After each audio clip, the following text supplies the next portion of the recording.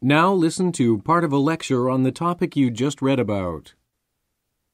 Now, you've all read about the benefits of teamwork, and you may even have done group work in school.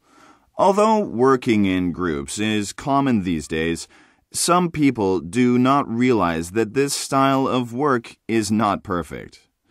Many people fail to consider the common problems of group work. Group work often takes longer than individual work. In a group, decisions must be agreed upon by everyone.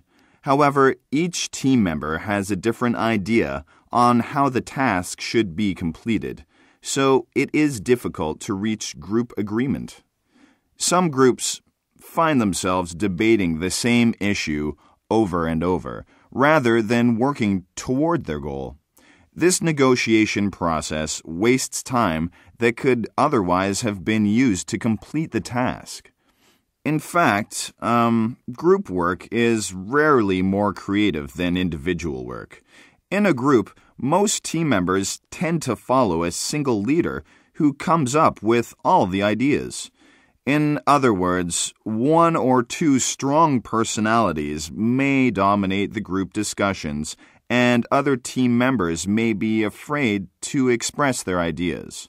So the team does not benefit from having many different perspectives. When this happens, the strong leaders end up being like traditional bosses, and the purpose of teamwork is ruined. A third issue is the free rider problem. Teamwork is less burdensome to each individual, for sure. However, some people make a bad use of this feature of teamwork. When there are many people working hard on a team, a lazy worker may find a way to sit back, relax, and let the other people do all the hard work. When the project is finished, however, all members of the group get equal credit. This can be a great burden on the group, and it can harm worker satisfaction.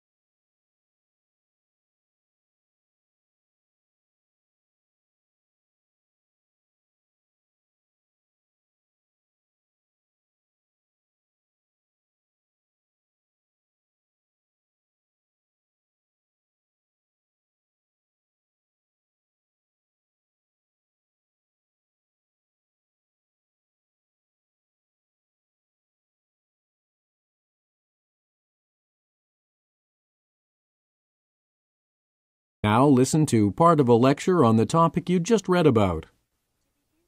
According to the reading passage, there seems to be a big problem recruiting doctors for these small towns, but most of the reasons stated as to why new doctors prefer to start their careers in the city rather than the country are not all that convincing. First of all, working in the rural medical practices could give financial advantages to newly qualified doctors. Everyone knows doctors in the countryside don't make as much as those in the big cities.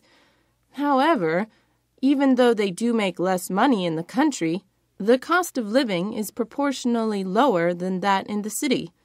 But still, new doctors need to pay off all those student loans and stuff.